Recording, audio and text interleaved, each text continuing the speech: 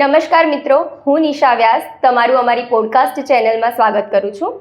આજે આપણે વાત કરીએ જનરલ હેલ્થ અને એની હેલ્ધી લાઇફસ્ટાઈલની ટ્રીક વિશે.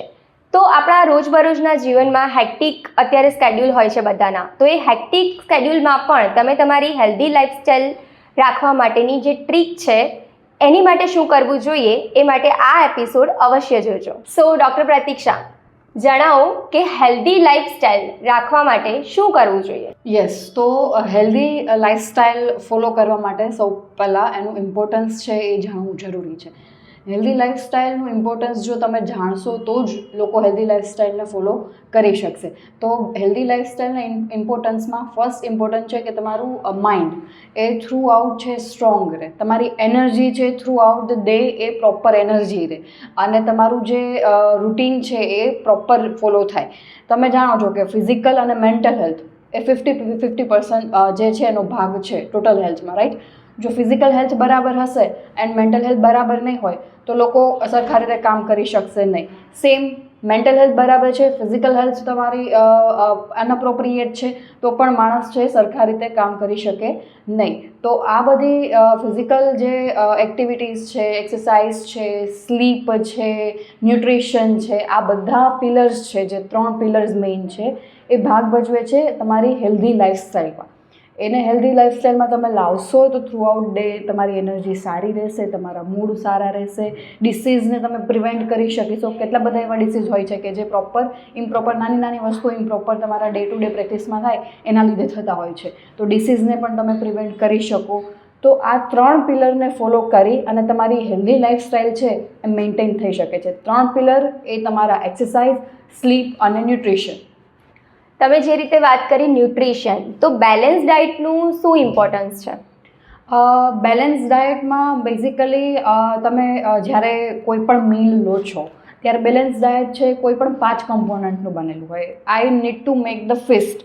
આ ફિસ્ટમાં first finger is your protein, right? કે તમારા જ વેઇટ જેટલું પ્રોટીન તમારે લેવાનું હોય, right? Second is your carbs, કે તમારે જે ડે ટુ ડે પ્રેક્ટિસમાં કામ કરો છો ને જેનાથી એનર્જી આવે છે, દેટ ઇઝ યોર કાર્બ્સ. તો કાર્બ્સ પણ એટલા લેવા જરૂરી છે. એજ અકોર્ડિંગ અલગ ગ્રામ્સ છે કાર્બ્સ તમારે લેવા જરૂરી છે. તો protein, carbs. Third is fat, કે હેલ્ધી ફેટ પણ બોડી માટે જરૂરી છે. લોકો ઘણી વખત કહેતા હોય છે કે ધીસ ઇઝ સો ફેટી, આ ના ખાવું જોઈએ, બટ ઘણી વખત હેલ્ધી ફેટ પણ બોડી માટે જરૂરી છે, રાઈટ? ફેટ છે શું છે? બેઝિકલી એનર્જી સ્ટોરેજ છે, કે જ્યારે કોઈ પણ વ્યક્તિ ભૂખ્યું છે, ફાસ્ટ કરે છે, તો ત્યારે એને એનર્જી ક્યાંથી મળે છે? તો બોડીમાં સ્ટોર થયેલી ફેટ થ્રુ. તો ફેટ છે એ પણ એટલી જ ઇમ્પોર્ટન્ટ છે. પણ ફેટમાં આઈ મસ્ટ સે કે હેલ્ધી ફેટ.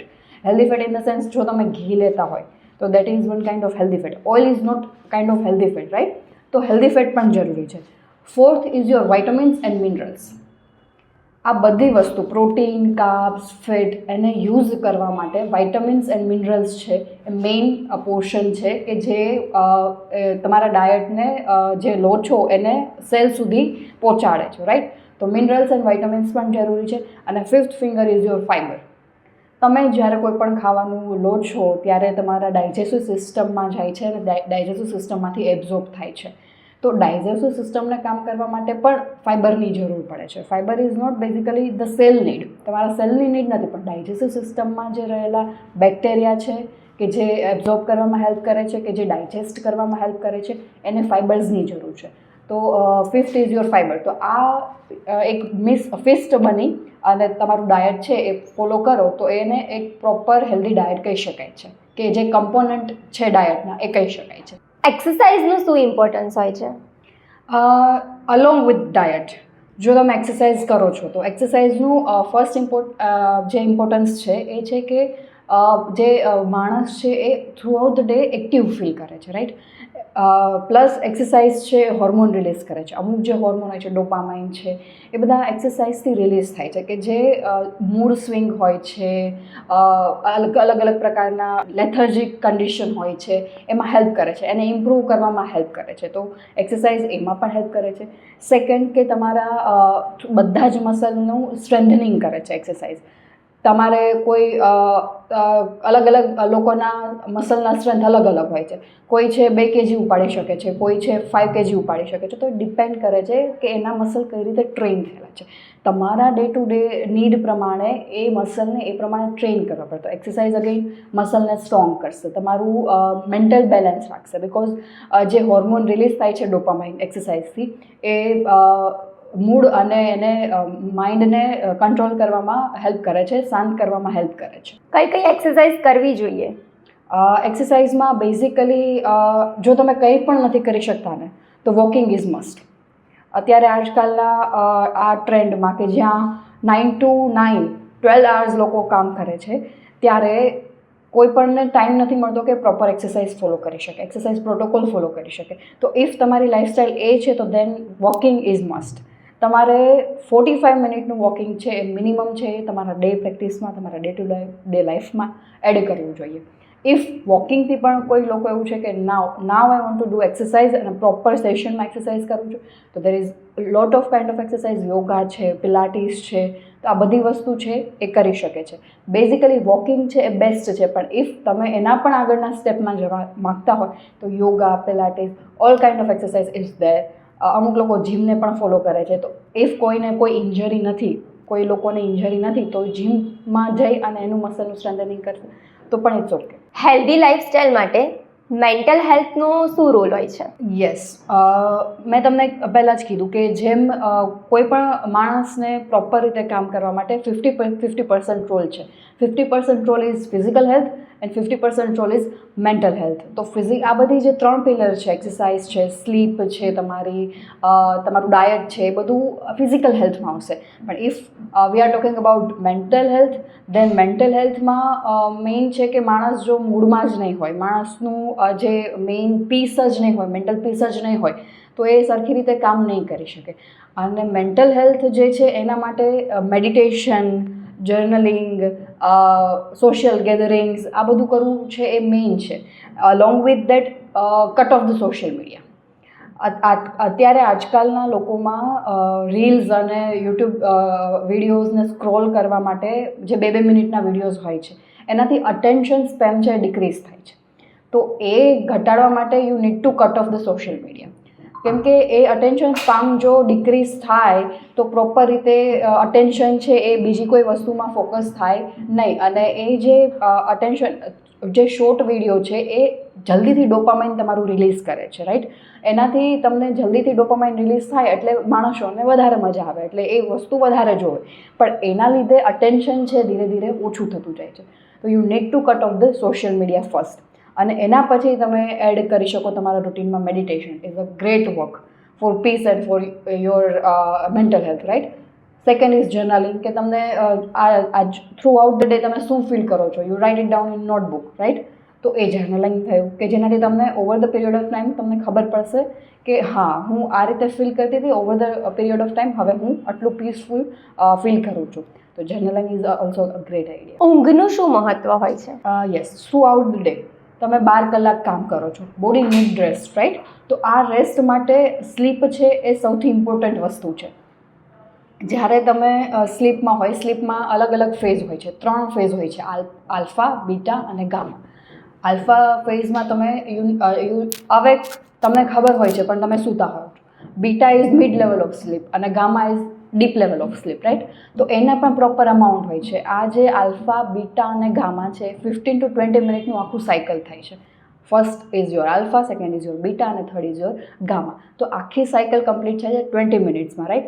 તો આવી 5 થી 7 સાયકલ તમારા through out the night complete થાય તો તમને પ્રોપર રેસ્ટ મળે. બિકોઝ અલગ અલગ આ જે આલ્ફા, બીટા અને ગામા ફેઝમાંથી તમે જ્યારે પાસ થાવ છો ત્યારે તમારા બોડીનું એ પ્રમાણેનું ચેન્જ આવે છે.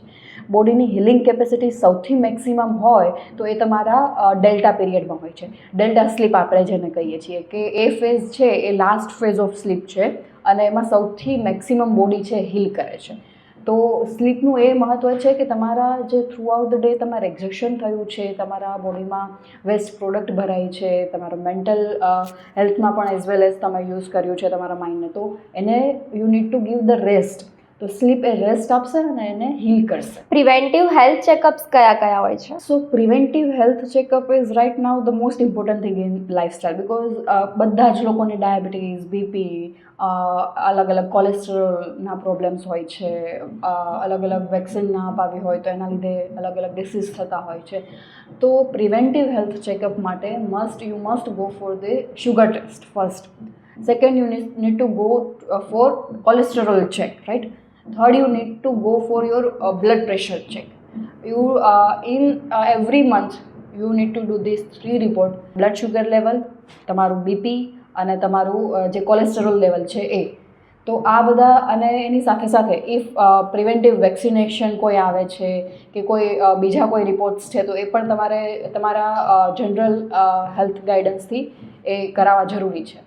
સો કઈ કઈ એવી માન્યતાઓ છે કે જે ખોટી છે અને આજના લોકો એની ઉપર વધારે બિલીવ કરે છે?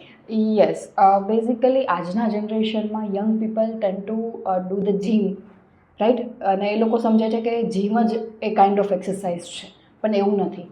જીમ સિવાય પણ ઘણી બધી એક્સરસાઇઝ છે કે તમે તમારા રીતે કરી શકો છો, જીમ વગર કરી શકો છો. યોગા છે, પિલાટીસ છે, રાઈટ? તો જેમાં જીમ એક્ટિવિટીઝ નથી. ઇનફેક્ટ જીમ એક્ટિવિટીઝ ક્યારેક મસલને સ્ટ્રેન પણ આપે છે અને ઇન્જરી પણ કરે છે. સ્પોર્ટ્સ ઇન્જરી પણ જીમ એક્ટિવિટીઝમાં વધારે થાય છે જ્યારે તમે તમારા કેપેસિટી કરતાં એ મસલ ઓર ટેન્ડનને વધારે લોડ આપો છો ત્યારે, રાઈટ? તો સૌથી યંગ જનરેશન માટે આ ક્વેશ્ચન છે કે જીમ એ જ એક્સરસાઇઝ નથી. જીમ સિવાય પણ તમે ઘણા બધા એવા ફેક્ટર છે કે જે તમે એક્સરસાઇઝમાં ઇન્ક્લુડ કરી શકો છો, તમારી જાતે પણ કરી શકો છો, રાઈટ? સેકન્ડ, મેં તમને પહેલાં જ કીધું હતું કે ફેટ છે એ શરીર માટે લોકો એવું સમજે છે કે ફેટ છે આ ફેટી વસ્તુ છે, આને ખાવું જોઈએ નહીં, બટ એવું હોતું નથી. ફેટ જે છે એ આપણા શરીર માટે ઇમ્પોર્ટન્ટ વસ્તુ છે. જેમ મેં કીધું કે fat one kind of energy storage in our body, right? તો ફેટ છે આપણા બોડીમાં સ્ટોર થવા માટે એટલું જ ઇમ્પોર્ટન્ટ છે. તો આપણે પ્રોપર અમાઉન્ટમાં ફેટ પણ લેવું પડે કે જેનાથી ક્યારેય ફાસ્ટ થાય છે કે ક્યારેય એવું વસ્તુ આવે છે કે જ્યારે ડાયટ લેવાતું નથી ડે ટુ ડે એક્ટિવિટીઝમાં પ્રોપર, ત્યારે એ ફેટ છે આપણને કામ લાગી શકે. તો ફેટ જ એટલી ઇમ્પોર્ટન્ટ છે. સો એ પણ એક મિથ છે, માન્યતા છે. થર્ડ માન્યતા જે છે એ છે તમારા સપ્લિમેન્ટ્સ. ઘણા બધા લોકો આજકાલ સપ્લિમેન્ટ્સ લેવાનું છે વારે ચાલુ રાખે છે, રાઈટ? અને એ લોકો એવું સમજે છે કે ડાયટ નથી લેતા અને સપ્લિમેન્ટ્સ લઈએ છીએ તો ઇટ્સ ઓકે, બટ નહીં. ડાયટ એ મેઇન વસ્તુ છે. Supplement can not replace the diet. હા, તમે ડાયટ પ્રોપર એની જોડે સપ્લિમેન્ટ્સ લો છો એ અલગ વસ્તુ છે, but supplement can not replace the diet. So overall I want to say કે don't ignore your health, start with small changes and improve your life.